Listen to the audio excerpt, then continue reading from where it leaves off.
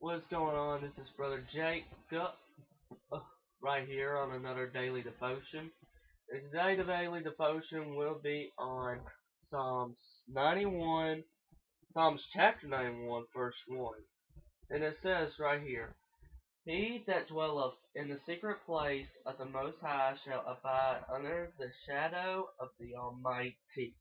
Now I want to break that verse down for y'all guys. So hope that y'all be able to enjoy this, and we're going to go in prayer before sunrise, okay? Here we go. Holy gracious Father, Lord, I come to your throne, Lord. Lord, I hope that someone will get this message out of me, Lord, so they will learn from it, Lord, and be able to use it on their daily lives, Lord. And be help them to understand this message, Lord, be able to understand this verse that is saying, Lord. And please help me to preach them as you want me to do, Lord. And I do all this in holy gracious name. Amen. Alright, let's start off. Are the supreme, a title of God, who is superior to all beings, the creator and preserver of them, God over all, higher than the highest of angels of men. In Genesis 14:22 says, And Abram said to the king of Sodom, I have lifted up my hand into the Lord, the Most High God, the possessor of heaven and earth. His secret place is in his heart in his bosom, where his only begotten Son lies, and into which he takes his people, where they are set as a seal, and who enjoy intimate communion with him, which is no other than his gracious presence, called the secret of his presence. In Psalm 31:20 says, Thou shalt hide them in the secret of thy presence from pride of man. Thou shalt keep them secretly in a pavilion from the strife of tongues, which none but saints are admitted to, which is his everlasting love, which was secret in his heart is made known unto them, in which they also dwelled. In 1 John 4:16 says, And we have known that believeth and love that God hath to us. God is love, and he that dwelleth in love dwelleth in God, and God in him. As they likewise do it in the eternal deceit, my bad, of election, which perhaps is met by the clefts of the rock and secret place of the stairs, where the church is said to dwell. In Songs of Solomon 2:14 says, O my dove, thou art in the clefts of the rock, in the secret places of the stairs. Let me see thy continuance, let me hear thy voice, for sweet is thy voice, and thy continuance is comely. Unless rather Christ the rock, in who may be signified by the cliff of that Moses was put into, when the goodness of the Lord passes before him, is intended. He who is hiding place from the wind mentioned is made of the secret of God's tabernacle.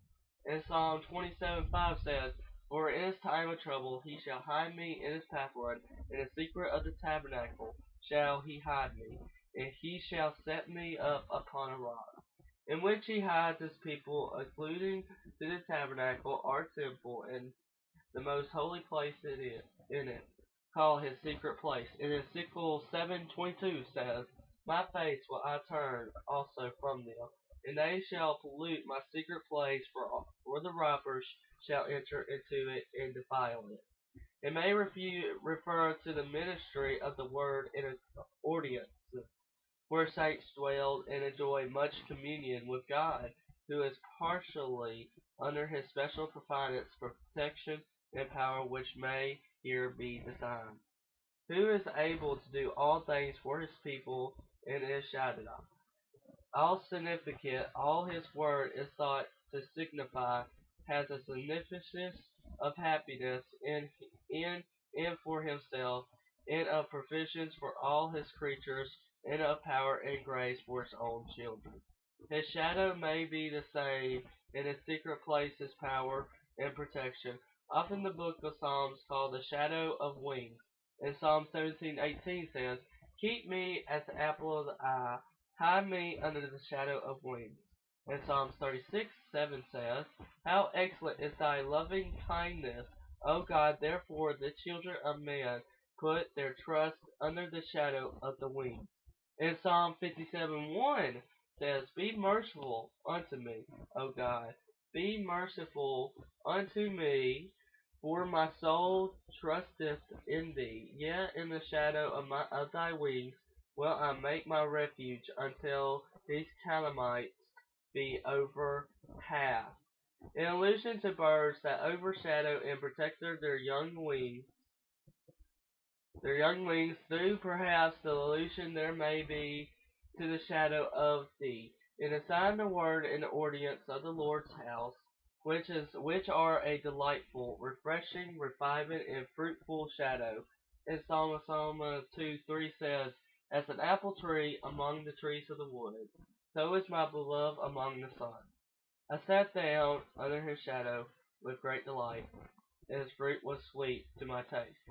And Hosea 14:7 says, that they dwell under his shadow shall return, they shall revive as the corn and grow as the vine. The scent of therefore shall be as the wine of Lebanon, which where gracious souls dwell and abide with great delight and pleasure. Christ, the Son of God, is sometimes compared to the shadow of the rock or tree, which screens and shelters from heat, as he preserves his people from the heat of very law, the flaming sword of justice, and the wrath of God, the fiery darts of Satan, and the fury of persecutors. Under the shadow do they abide the lodge of night, safe and secure. As the word F15 signified, the Tanakh calls the shadow and the shadow of the clouds of glory, the Abraham version, the shadow of the God of heaven. So I hope that y'all learned something about this. It's a really good message. I enjoyed it. And I know this might be a little long, but I do enjoy it, and I hope that y'all get something out of it. And it's just this one verse, so it's a little long for a daily devotion, but I hope to see y'all guys on the next devotion for tomorrow, and then our first Sunday sermon. So I'll see y'all guys next time. And this is Bro Jake, and I'll see y'all guys tomorrow on the next daily devotion. Bye.